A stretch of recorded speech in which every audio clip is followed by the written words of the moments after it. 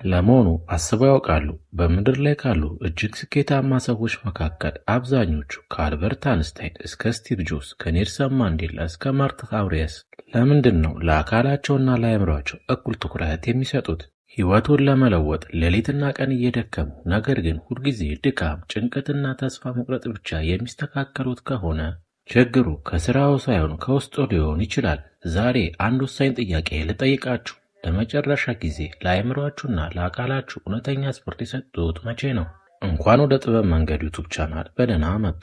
ዛሬ በሚሊዮኖች የሚቆጠሩ ሰዎች ሕይወታቸውን የሚቀይረውን ነገር ግን ብዙዎች የምንዘነጋውን ታላቅ ሚስጥር ይዘንላችሁ ቀርበናል። የአካል ብቃት እንቅስቃሴና የአእምሮ ስፖርት እንዴት የስኬት መወጣጫ ደረጃ እንደሚሆን ደረጃ በደረጃ እንመለከታለን። ይህንን ቪዲዮ ሕይወቱን ሙሉ በሙሉ የመቀየር አቅም ስላለው እስከ መጨረሻው ሰከንድ ድረስ አብረውን ይቆዩ። ለቻናላችን አዲስ ከሆናችሁ ቻናሉን ሰብስክራይብ በማድረግ የጥበብ ቤተሰብም ይሁኑ። ብዙዎቻችን አካላችንና አእምሯችን የተለያዩ ነገሮች ይመስሉናል፣ ነገር ግን እውነታው ይህ አይደለም። ሁለቱም የማይነጣጠሉ የአንድ ሳንቲም ሁለት ገጽታዎች ናቸው። አካልን ሳትሸፍን አእምሮን ማሸነፍ አትችልም። ሰውነትህ የምትኖርበት ብቸኛው ቤት ነው። እሱን ካልተንከባከብከው የምትኖርበት ቦታ የለም። የአካል ብቃት እንቅስቃሴ ማድረግ ዝም ብሎ ለሰውነት ቅርጽ ብቻ አይደለም። በጠዋት ተነስተህ ሰውነትህ ሰነፍ ሲሆን አይሆንም መነሳት አለብኝ ብለህ ስትታገለው እያሰለጠንከው ያለው ጡንቻን ብቻ ሳይሆን ዲሲፕሊንም ጭምር ነው። የስኬት ሚስጥር ጠንክሮ መስራት ብቻ ይመስላችኋል? ፍቀዱልኝና አንድ እውነት ልንገራችሁ። ጠንክሮ መስራት ብቻ በቂ አይደለም። እውነተኛው የስኬት ሚስጥር የሚጀምረው እጅ ትልቅ በሆኑ ሁለት ነገሮች ውህደት ነው። በአካል ጥንካሬና አእምሮ ብቃት። ሳይንስ ምን ይላል መሰላችሁ? የአካል ብቃት እንቅስቃሴ ስናደርግ አንጎላችንን ዶፓሚንና ኢንዶርፊን የተባሉ የደስታና የንቃት ሆርሞኖች ይመነጫሉ። እነዚህ ሆርሞኖች ጭንቀትን ያጠፋሉ፣ ትኩረትንም ይጨምራሉ፣ አዳዲስ የፈጠራ ሀሳቦችንም ያፈልቃሉ። በአንጻሩም አእምሯችንን ስናሰለጥነው በንባብ በማሰላሰልና በጸጥታ አካላችንም ሰላም ያገኛል። የደም ግፊታችንም ይስተካከላል።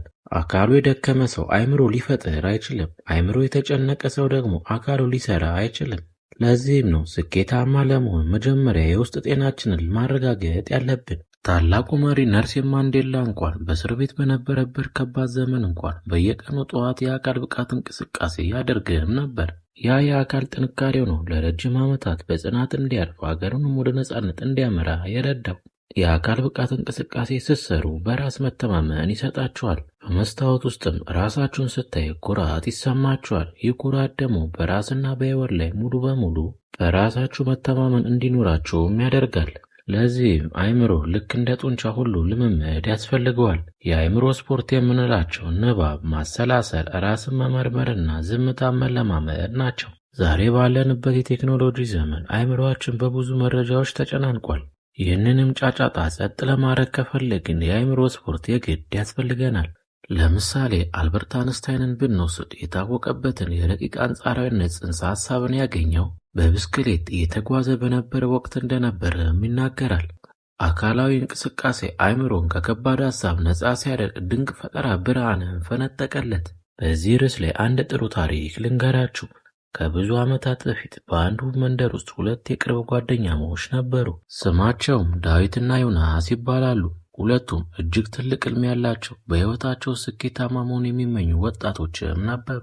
ነገር ግን ሁለቱም ስኬት ለማግኘት የተከተሉት መንገድ ፍጹም የተለያየም ነበር። ዳዊት በአካል ጥንካሬው የሚታወቅ ወጣት ነበር። አካል ከጠነከረ ሁሉ ነገር ይስተካከላል ብሎ ያምናል። በዚህም የተነሳ በየቀኑ በማለዳ ይነሳል፣ በኮረብታዎች ላይ ይሮጣል፣ ከባድ ስራዎችንም ይሰራል፣ ሰውነቱንም ያጠነክራል። ነገር ግን መጽሐፍ ለማንበብ ወይም የአእምሮን የሚያሳልፍ ነገሮች ለማድረግ ጊዜም አልነበረውም። ስራ በተግባር እንጂ በሀሳብ አይደለም ብሎ የሚያምንም አይነት ሰው ነው። በአንጻሩ ደግሞ ዮናስ የአእምሮ ሰው ነበር። ቀኑን ሙሉ መጽሐፍ ሲያነብ፣ የተለያዩ ሰዎችን ፍልስፍና ሲያጠናና አእምሮውንም በተለያዩ እውቀቶች ሲገነባ ይውላል። ነገር ግን ለጤንነቱና ለእንቅስቃሴ ትኩረት አይሰጥም ነበር። ቀኑን ሙሉ ተቀምጦ ከመዋሉ የተነሳ ቶሎ ይደክመዋል፣ ጉልበቱም ያጥረዋል። መንደራቸውም አንድ ትልቅ ፈተና እስኪያጋጥመው ድረስ ሁለቱም የራሳቸውን መንገድ ትክክል እንደሆነ አድርገው ያስቡም ነበር። አንድ ቀን ከመንደራቸው ራቅ ብሎ በሚገኝ ተራራ ላይ አንድ እጅግ ውድ የሆነ የጥበብ መጽሐፍና ሀብትም እንዳለ ተሰማ።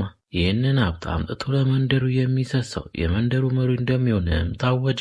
ነገር ግን መንገዱ እጅግ አደገኛና ፈታኝም ነበረ። ተራራውንም ለመውጣት ብርቱ አካል ያስፈልጋል። በመንገድ ላይ ያሉትን እንቆቅልሾች፣ የተፈጥሮ ወጥመዶች አልፎ ለመሄድ ደግሞ እጅግ ብሩህ አእምሮም ያስፈልጋል። ዳዊትና ዮናስም የዚህ መንደር መሪ ለመሆን የተባለውን ነገር ለማምጣት ጉዞም ጀመሩ። ዳዊትም ስፖርተኛ ስለነበር በጉልበቱ እየተመካ ተራራውን በጥንካሬ መውጣትም ጀመረ። አካላዊ ጥንካሬውም አስደናቂም ስለነበር የመጀመሪያዎቹን ጋራዎች በፍጥነት አለፋቸው።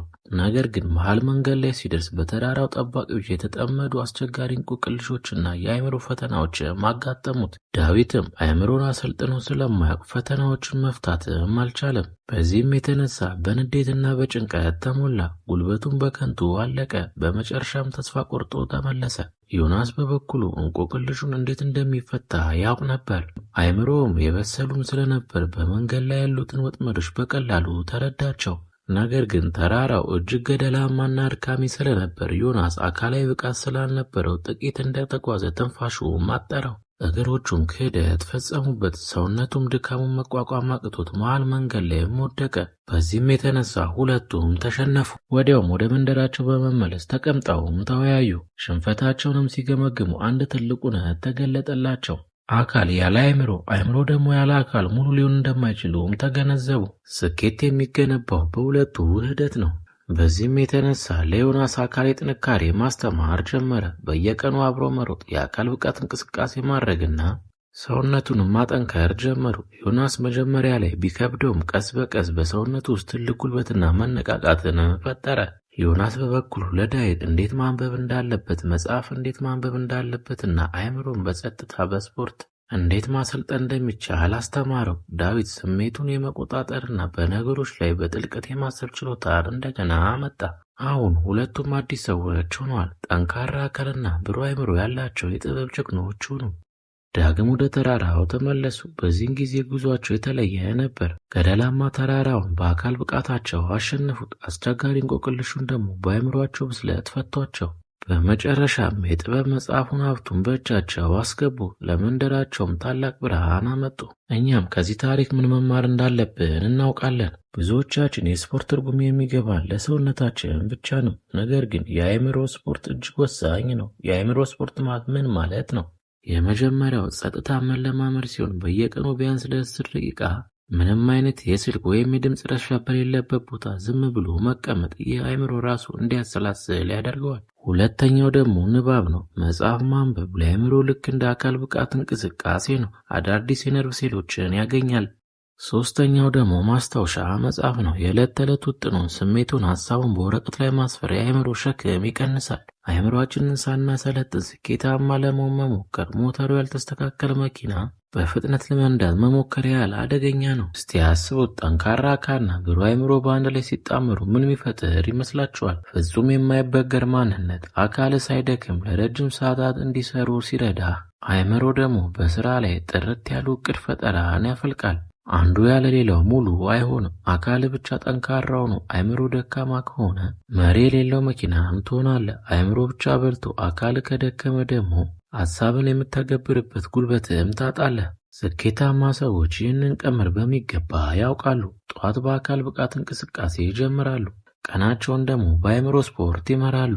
በንባብና በዝምታም ያጠቃልላሉ። ይህ ቀመር ሕይወታቸውን በቁጥጥራቸው ስር እንዲያደርጉ ረድቷቸዋል። እናንተስ ይህንን ነገር ዛሬ ለማድረግ ምን እየጠበቃችሁ ነው? የአካል ብቃት እንቅስቃሴ ለማድረግ የግድ ትልቅ የስፖርት ማዕከል ወይንም ከባድ ክብደቶች ማንሳት አያስፈልጎትም። በየቀኑ ለ20 ደቂቃ ወይም ለ30 ደቂቃ ፈጠን ያለ የእግር ጉዞ ማድረግ፣ ፑሽአፕ መስራት ወይም መሮጥ በቂ ነው። ይህም ልምድ በሕይወታችሁ ውስጥ ዲሲፕሊንን ይፈጥራል። ጠዋት ተነስተው አካሉን ሲያሸንፉ ቀሪው ቀኑ ሙሉ በሙሉ በእርሱ ቁጥጥር ስር ይሆናል። በራስ መተማመናችሁም ይጨምራል። ሰነፍ መሆናችሁንም ታቆማላችሁ። የአካል ብቃት እንቅስቃሴ ስኬታማ የሚያስብል ግኝትም ነው። ውድ የጥበብ መንገድ ቤተሰቦች፣ ዛሬ የተማርነው ነገር በአእምሯችን ብቻ ተቀምጦ እንዲቀር አንፈልግም። ስኬት የእውቀት ብቻ ሳይሆን የተግባር ውጤት ነው። ከዛሬ ጀምራችሁ ለራሳችሁ ቃል ግቡ። በየቀኑ ለ20 ደቂቃ ያክል ለአካል እንቅስቃሴ፣ 10 ደቂቃ ደግሞ ለአእምሮ ጸጥታና ንባብ ስጡ። ይህንን ለ30 ደቂቃ ብቻ አድርጋችሁ በሕይወታችሁ ላይ የሚመጣውን አስደናቂ ለውጥም ተመልከቱ። አሁኑኑ ተግባራዊ እርምጃ ለመውሰድ ዝግጁ ኖት? ዝግጁ ከሆኑ ኮመንት ላይ እጀምራለሁ ብለው ይጻፉ። ይህ ቪዲዮ ካስተማራችሁና ከተመቻችሁ ላይክ ማድረጋችሁን እንዳረሱ። አዳዲስ የጥበብ መንገድ እንዲደርሳችሁ ደግሞ ሰብስክራይብ በማድረግ የደወል ምልክቷንም ተጫኑ። ጤናማ አካል፣ የነቃ አእምሮና ታላቅ ስኬት ይሁንላችሁ። በሚቀጥለው ቪዲዮ እስከምንገናኝ በሰላም ቆዩ።